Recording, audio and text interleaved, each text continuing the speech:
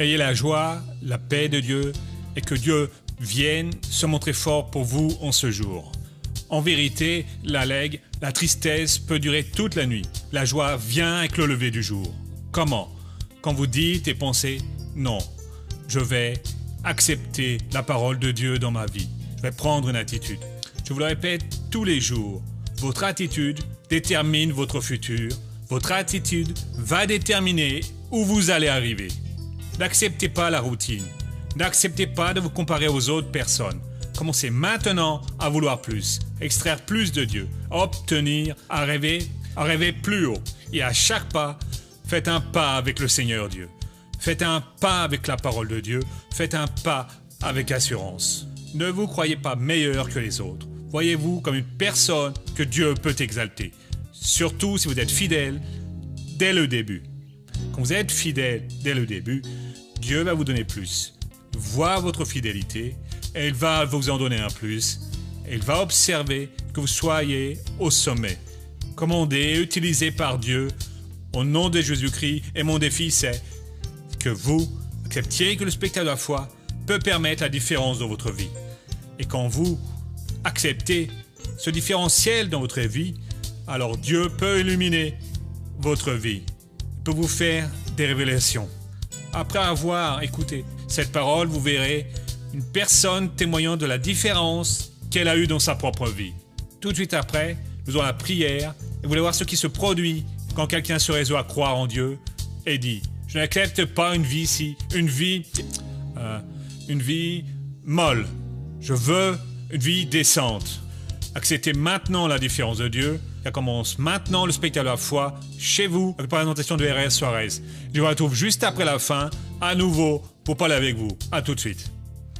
Voyez mes amis, nous devons toujours entrer ainsi en présence de Dieu avec de la joie.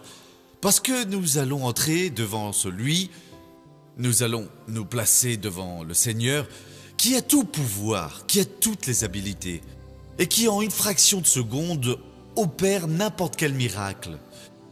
Il y a quelques jours de ça, j'étais en train de prêcher, j'ai déjà parlé de ça. Je parlais alors de la capacité de Dieu. La lumière, par exemple, elle sort, nous allons dire, d'ici de Sao Paulo.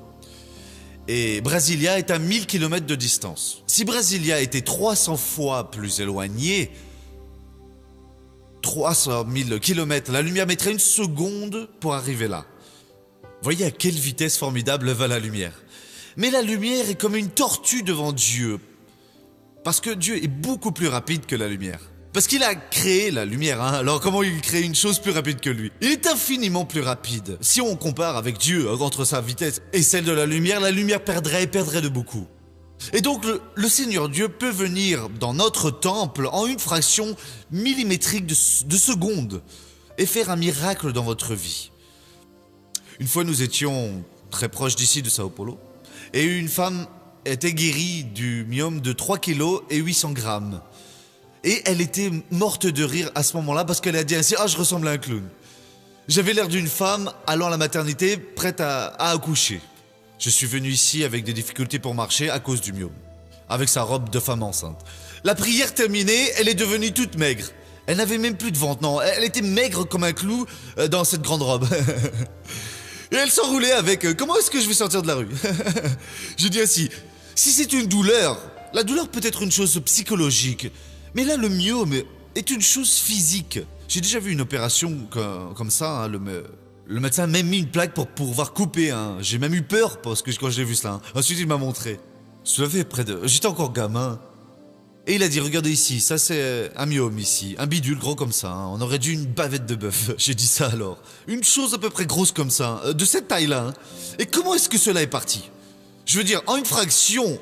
En un millième de seconde, Dieu a alors ouvert son corps et il a tout coupé, il a fermé les veines, il l'a essuyé là, hein, et elle n'a rien senti. Ça a été si rapide qu'elle n'a même pas vu la chose se passer. Aujourd'hui, Dieu peut-il faire quelque chose pour vous? Oui, il le peut. Il peut tout faire, mon frère. Dieu peut réparer vos pensées si elles ne sont pas bonnes.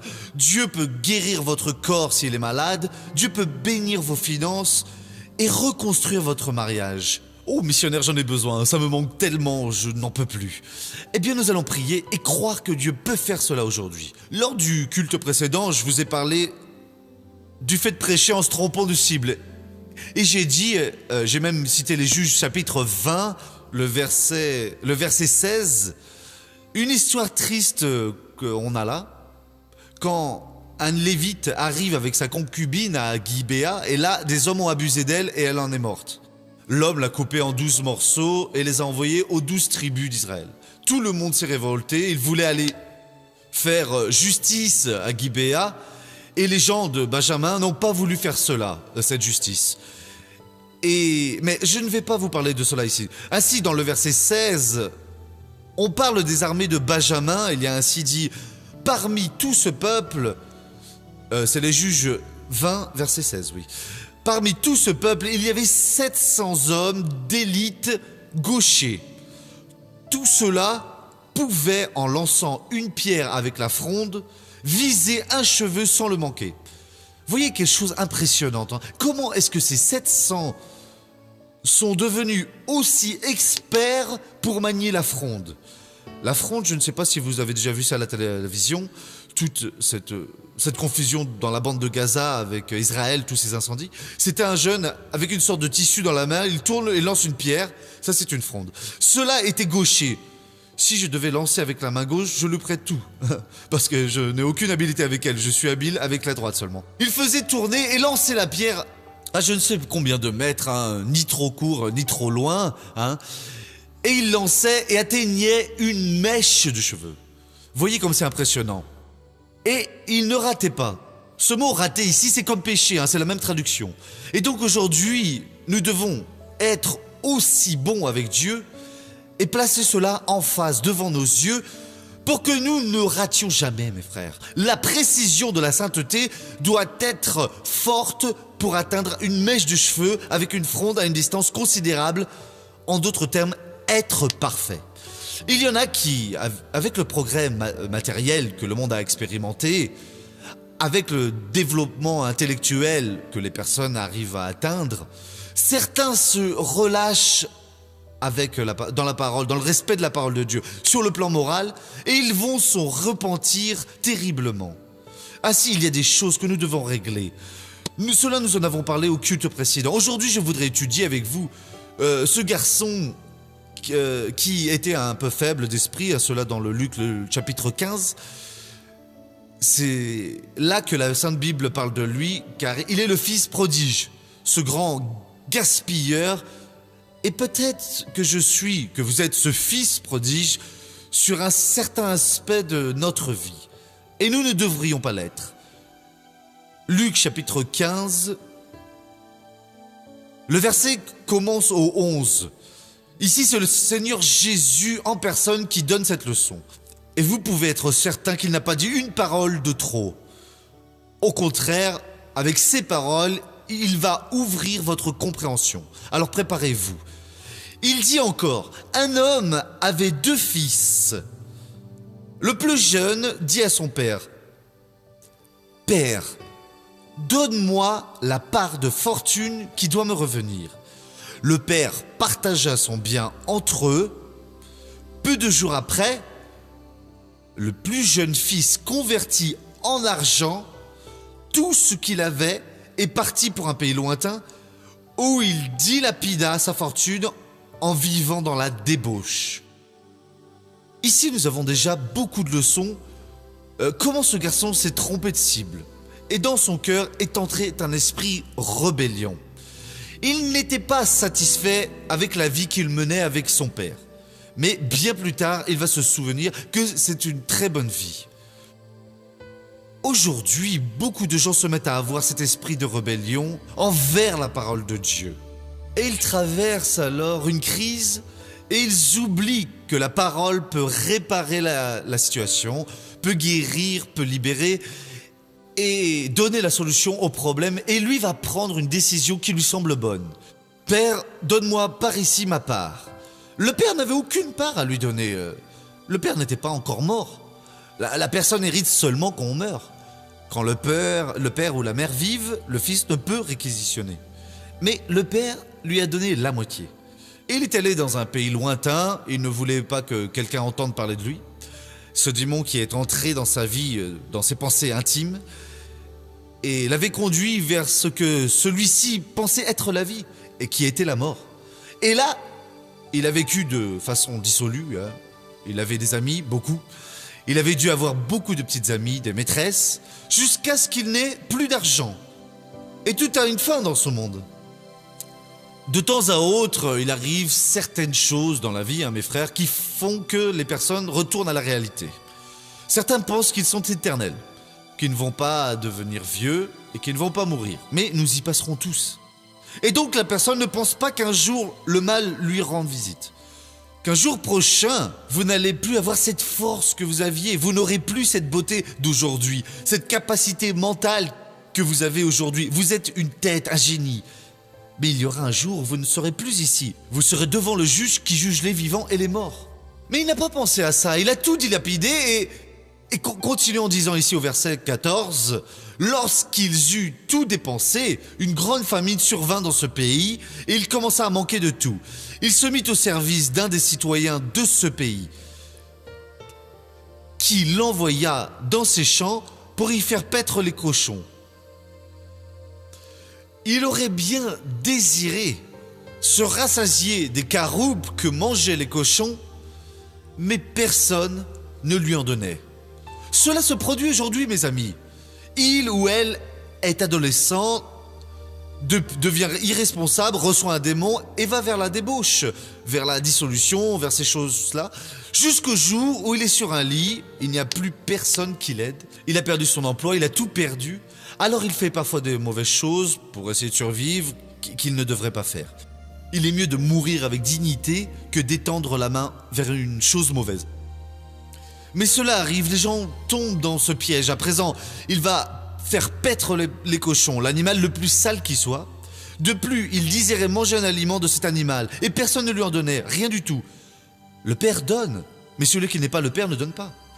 Cet homme-là, qui a tant raté la cible, quand enfin il a compris. C'est ici dans le verset numéro 17. Rentré en lui-même, il se dit: combien d'employés chez mon père ont du pain de reste, alors que moi ici je meurs de faim? Combien de gens ont besoin de revenir à eux? Mes frères, nous devons prier Dieu. Fais-moi revenir à moi, fais que je me réveille. Où êtes-vous? Vous êtes dans la maison de l'autre. Non, rentrez à la maison chez votre mari. Vous êtes dans les bras d'une autre. Revenez dans les bras de votre femme. Vous êtes entré dans le crime, vous allez avoir une fin très triste. Cela va en finir avec vous. Obéissez à la parole de Dieu. L'homme laissera père et mère et s'unira à une femme, et non à un autre homme. La femme laissera père et mère et s'unira à un homme, et non à une autre femme. Cela va vous causer des problèmes. Faites ce qui est correct. N'ayez pas d'amitié avec cette personne qui fait un trafic mortel pour les autres. Les drogues sont la mort, mènent à la mort, détruisent. Ne devenez pas malhonnête. Ne prenez pas un centime de votre employeur. Soyez honnête. Ne désirez pas la femme du prochain, le mari de l'autre. Dieu a une personne pour vous. Ayez du bon sens en tête. Où sont vos enfants aujourd'hui? Qu'est-ce qui les élève? Vous devez revenir à vous. Qu'est-ce que vous faites pour votre futur? Vous remplissez votre corps d'alcool, de nicotine. Cela va donner une cirrhose à votre foie. Cela va créer des problèmes à votre corps. Cette nicotine, cessez donc cela. Reprenez-vous. C'est mieux de vivre la tête haute et de ne rien devoir à personne. Tout ce que vous faites aujourd'hui avec un comparse, avec une autre personne, tout cela d'ici à 30 ans, 40 ans, peut produire un fruit terrible. Vous avez grandi, vous êtes quelqu'un et cette personne vient et salit votre réputation. Ah, celle-là, mais elle et moi, on avait déjà fait cela. Réveille-toi, jeunesse. Ne te salis pas. Cette mode de rester ensemble, c'est le démon. Cette habitude d'arriver dans une fête et de s'embrasser l'un l'autre, vous embrassez un tuberculeux. Vous devenez tuberculeux, un contagieux. Vous devenez contaminé. Cessez donc de cette pratique, il faut avoir du respect. Cet homme a chuté à présent, il a trouvé la cible, il a raté. Vous ratez, mais il est revenu à lui. Faites pareil. Priez, Dieu, fais que je revienne à moi. Je dois me réveiller. Vous êtes une personne unique. Vous n'avez pas à vous salir avec quiconque. Vous n'avez pas été fait pour être de seconde catégorie, l'esclave de qui que ce soit. Dieu vous a créé pour être une bénédiction, pour être digne. Mais mon mari est très laid, arrêtez donc ces âneries. Ma femme est vieille, cessez ces bêtises. C'est votre conjoint, c'est avec lui que vous devez vivre. Un autre, une autre, c'est le démon qui l'a placé là. Le jour va arriver où vous allez voir combien vous vous êtes détruits. Combien de gens aujourd'hui, s'ils avaient alors cédé, il y a 30 ans, 40 ans de ça, ne pourraient pas occuper les positions qu'ils ont. Ils ont su être sages alors et Dieu a eu confiance. Et Dieu ne peut pas avoir confiance en vous. Dieu veut faire de vous une bénédiction. Non, ne considérez pas que vous êtes inférieur à quiconque. Non, que vous devez être le larbin des autres. Non, vous êtes une personne digne, une belle personne, une personne bénie. Cessez donc cela. Peu importe votre origine, l'Évangile dit que votre véritable origine est en Dieu. Vous êtes le rêve, le dessein du Seigneur Dieu. Cet homme ici a eu la chance de revenir. Et à lui alors, il a réfléchi.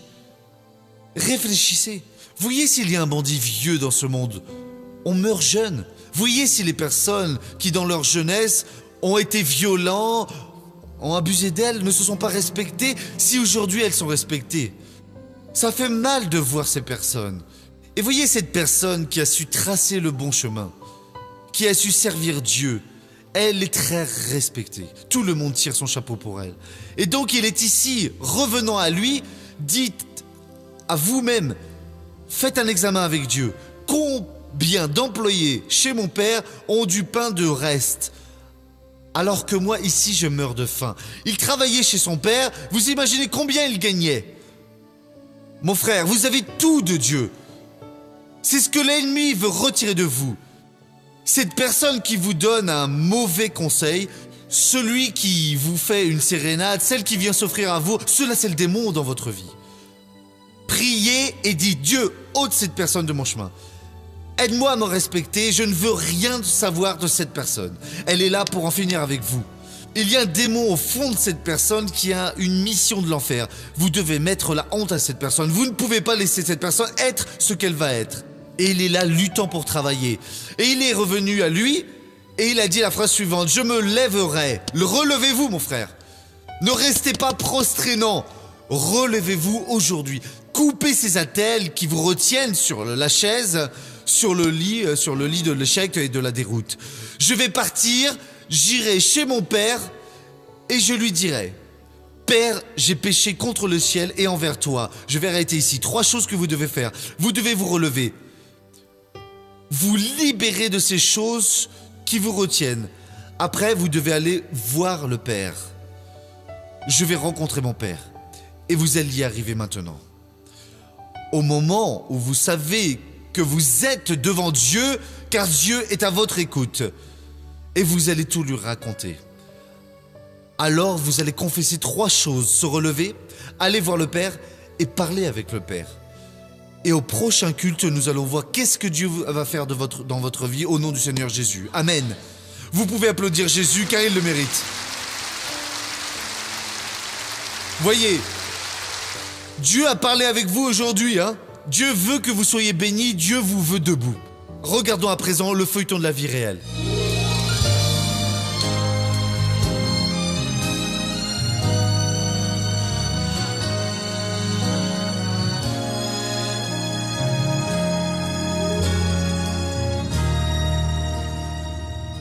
Un an et demi après son mariage, Rita de Cassia est tombée enceinte, mais la joie de la grossesse n'a duré que jusqu'au 2e mois, quand elle a perdu le bébé.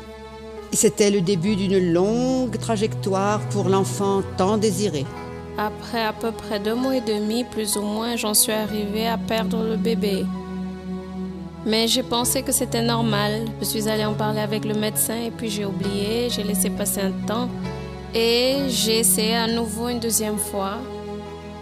J'étais dans cette expectative, encore une fois, heureuse.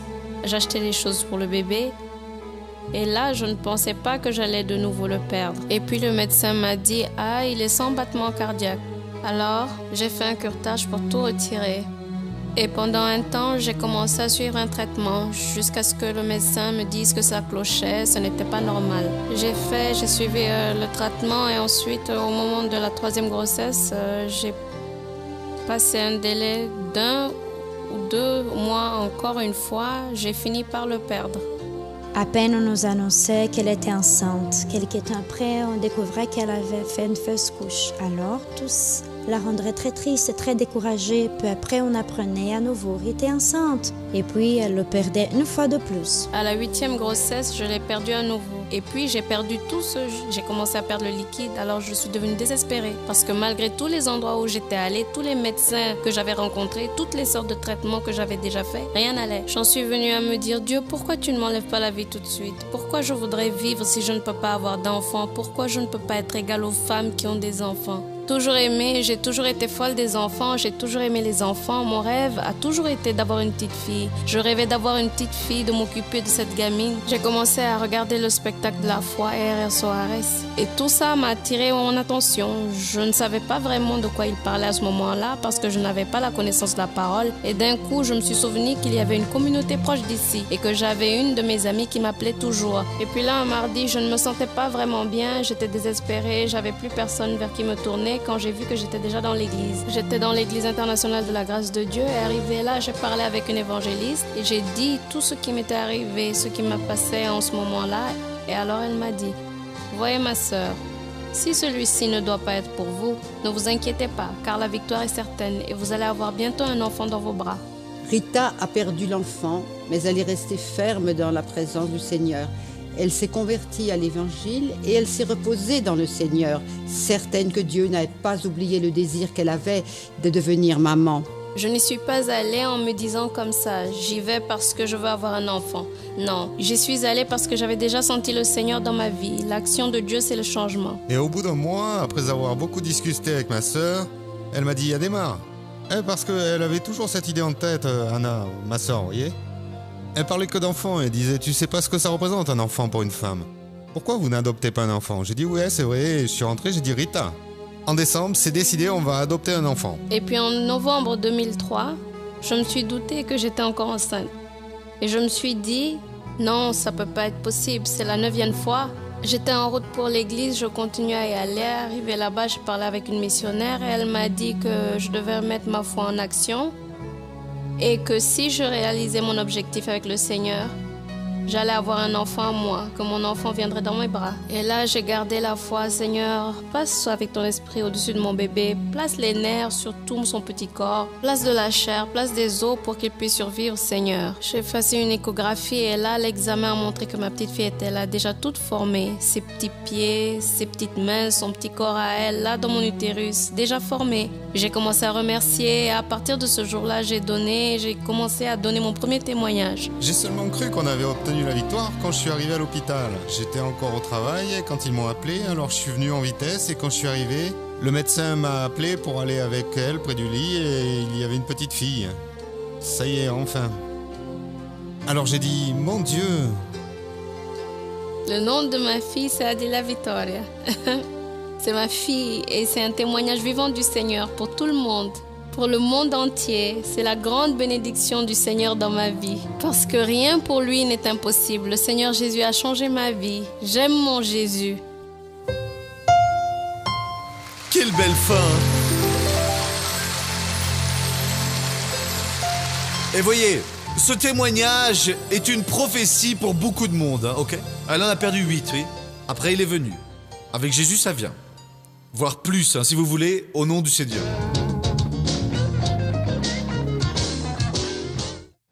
Missionnaire, pourquoi le diable déteste l'homme?